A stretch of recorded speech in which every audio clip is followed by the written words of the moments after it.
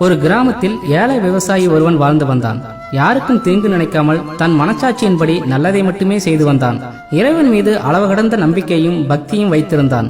ஒரு நாள் இரவு தன் வேலைகளை முடித்துவிட்டு உறங்கிக் கொண்டிருந்தான் அந்த விவசாயி. அப்போது அவனின் கனவில் தோன்றிய இறைவன், நாளை நான் உன்னை பார்க்க வருகிறேன் என்று சொல்லிவிட்டு மறைந்து விட்டார். உறக்கத்தில் இருந்து திடீரென எழுந்த விவசாயி அருகில் உறங்கிக் கொண்டிருந்த தன் மனைவியை எழுப்பி தன் கனவில் இறைவன் வந்ததாகவும் அவர் நாளை நம் வீட்டிற்கு வருவேன் என்று கூறியதை பற்றி மனைவியிடம் சொல்கிறான். அதற்கு மேல் தூக்கம் வராமல் இறைவனுக்கு நாளை என்னென்ன செய்ய வேண்டும் என்று பட்டியலிட ஆரம்பித்தான்.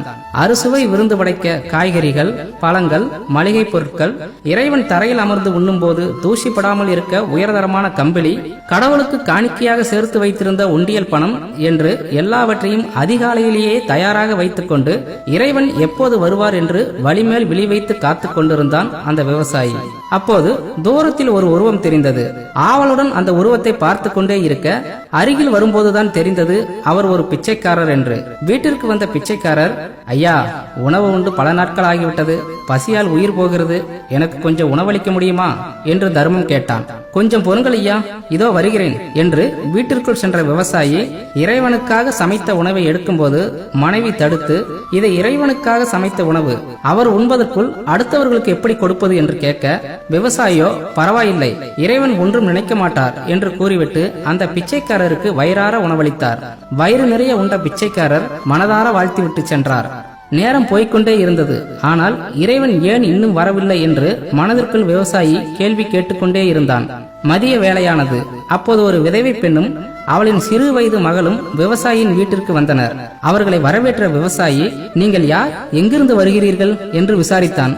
தான் பக்கத்து ஊர் என்றும் தன்னுடைய கணவன் ஒரு வாகன விபத்தில் இறந்து விட்டார் என்றும் தன் பெண் குழந்தையை காப்பாற்ற அருகில் உள்ள நகரத்துக்கு செல்வதாகவும் போகும் வழியில் உங்களை போன்றவர்களிடம் சிறு சிறு உதவியை பெற்றுக்கொண்டு செல்வதாகவும் கூறினாள். இதை கேட்டதும் மனமுடைந்த விவசாயி கொஞ்சமும் யோசிக்காமல் இறைவனுக்காக தன் வாழ்நாளில் சேமித்து வைத்திருந்த அத்தனை உண்டியல் பணத்தையும் அந்த விதவை பெண்ணிடம் கொடுத்துவிட்டு, மகளே, நானும் உனக்கு தந்தை போன்றவன்தான். உனக்கு நகரத்தில் ஏதேனும் சிரமம் ஏற்பட்டாலோ பிழைப்பதற்கு கஷ்டப்பட்டாலோ இந்த தந்தையை நினைத்து என்னிடம் வா, உனக்கு என்னால் முடிந்த வாழ்வாதாரத்தை ஏற்படுத்தி தருகிறேன் என்று கூறி கலங்கிய மனதுடன் வழி அனுப்பி வைத்தார். சூரியன் கொஞ்சம் கொஞ்சமாக மறைந்து இருள் வரத் தொடங்கியும் இறைவன் வரவில்லையே என்று கவலையுடன் காத்திருந்தான் விவசாயி. அப்போது இரவின் குளிரில் நடுங்கியபடி ஒரு வயதான முதியவர் விவசாயியின் வீட்டிற்கு வந்தார். முதியவரை வரவேற்ற விவசாயி அவர் குளிரில் நடுங்குவதை பார்த்து இறைவனுக்காக வாங்கிய கம்பளியை முதியவருக்கு கொடுத்து உணவளித்து வழியனுப்பி வைத்தார். நடு இரவு ஆனதும் இனி இறைவன் வரப்போவதில்லை என்று மனதில் நினைத்துக் கொண்டு வருத்தத்துடன் உறங்கச் சென்றார். உறங்கிய சிறிது நேரத்தில் இறைவன் விவசாயியின் கனவில் தோன்றினார். உனக்காக நான் காலை முதல் காத்திருந்தேன், எதற்காக வரவில்லை என்று இறைவனை பார்த்து கேட்டார் விவசாயி. உடனே இறைவன் சிரித்துக் கொண்டே, நான் வரவில்லையா? யார் சொன்னது? நான் தான் உன்னை பார்க்க 3 முறை வந்து சென்றேனே என்றார். விவசாயிக்கு ஒன்றும் புரியவில்லை. 3 முறை வந்தீர்களா? பிறகு ஏன் என்னை சந்திக்கவில்லை என்று கேட்டார் விவசாயி. இல்லையே, நான் 3 முறை வந்தபோதும் எனக்கு நீ பணிவிடைகள் செய்தாயே. முதல் முறை பிச்சைக்காரனாகவும், 2வது முறை விதவை பெண்ணாகவும், 3வது முறை வயதான முதியவராகவும் வந்தேனே என்று இறைவன் சொல்ல விவசாயி குழம்பி போனார். இறைவன் பொறுமையாக இப்படி சொன்னார், இல்லை என்று வந்தவர்களிடம் உன் கருணையால் அவர்களுக்கு உதவி செய்தாயே, அதுதான் நான். அவர்களுக்கு உதவும் போதெல்லாம் உனக்குள் தான் நான் இருந்தேன்.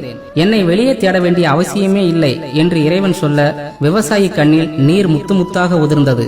இறைவனை முழுமையாக உணர்ந்த மன நிறைவுடன் நிம்மதியாக உறங்கினான் விவசாயி. யாரென்றே தெரியாத ஒருவருக்காக எந்த பிரதிபலனும் எதிர்பார்க்காமல் ஓடி வந்து உதவுகின்ற ஒவ்வொருவரும் இறைவனின் இன்னொரு வடிவமே. உதவுங்கள். உதவும் போது நீங்களும் கடவுள்தான்.